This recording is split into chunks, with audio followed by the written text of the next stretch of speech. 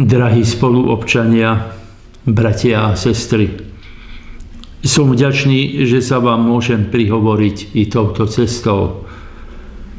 Svoje prianie do prežívania Vianočných sviatkov i Nového roku vám vyjadrím cez tento príbeh, ktorý sa mi dostal včera večer. V jednej rodine mal chlapec nádor na mozgu. Rodičia boli chudobní a pre jeho záchranu minuli všetky úspory. Raz večer otec povedal mame v slzách: už to nezvládneme. Myslím, že je koniec. Len zázrak ho môže zachrániť. 8-ročná dcerka to so zatajeným dychom počúvala na chodbe. Potom sa rozbehla do svojej izby, rozbila pokladničku a potichu odišla do najbližšej lekárne. Trpezlivo počkala, kým sa dostane na rad. Pristúpila k pultu, postavila sa na špičky a vysypala všetky svoje peniažky pred prekvapeného lekárnika. Za čo to je? Čo si prosíš, malička? To je pre môjho bračeka, ujo lekárnik. Je veľmi chorý a ja som mu prišla kúpiť zázrak.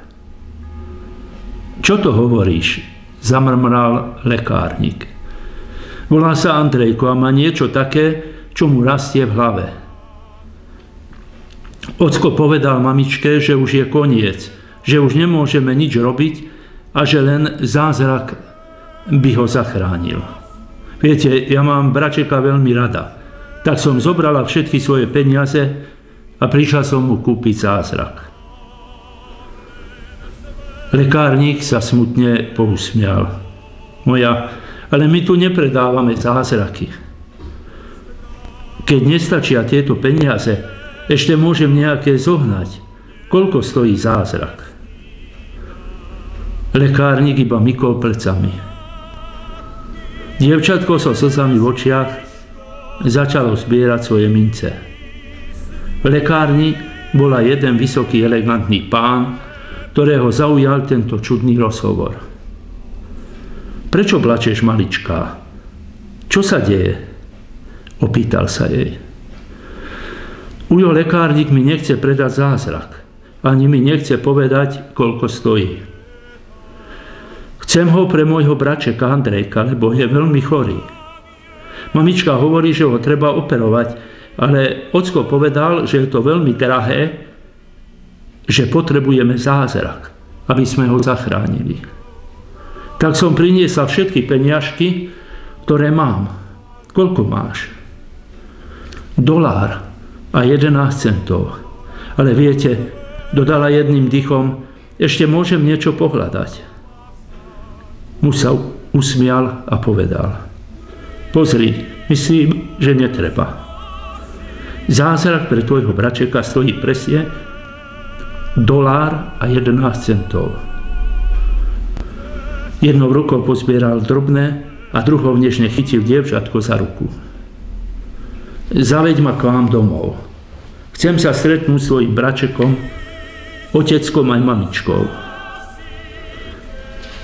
Uvidíme, či nájdeme ten zázrak, ktorý potrebujeme. Elegantný pán a malé dievča vyšli z lekárne držiace za ruky. Ten muž bol profesor Carlton Armstrong, jeden z najúspešnejších neurochirurgov na svete. Operoval malého Andrejka, ktorý sa o niekoľko týždňov mohol vrátiť domov úplne zdravý. Nikdy tú operáciu nebudeme môcť zaplatiť, pán profesor, povedala ticho Andrejkova mama. Netrápte sa, povedal Carlton Armstrong. Tento zázrak stál presne $1 11 centov a veľa lásky vašej dcérky. Aj my ľudia sme ochoreli po dedičnom hriechu.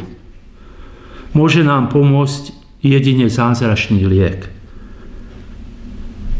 A o tento zázračný liek sa postaral nebeský Otec, keď nám poslal svojho syna Ježiša Krista. A túto skutočnosť oslavujeme aj cez tieto vianočné sviatky. Buďme mu za to vďační a často užívajme tento liek. Príjmime jeho slovo a príklad ako svetlo do našich každodenných dní. Všetkým vám prajem a vyprosujem milostiplné a požehnané sviatky Božieho narodenia.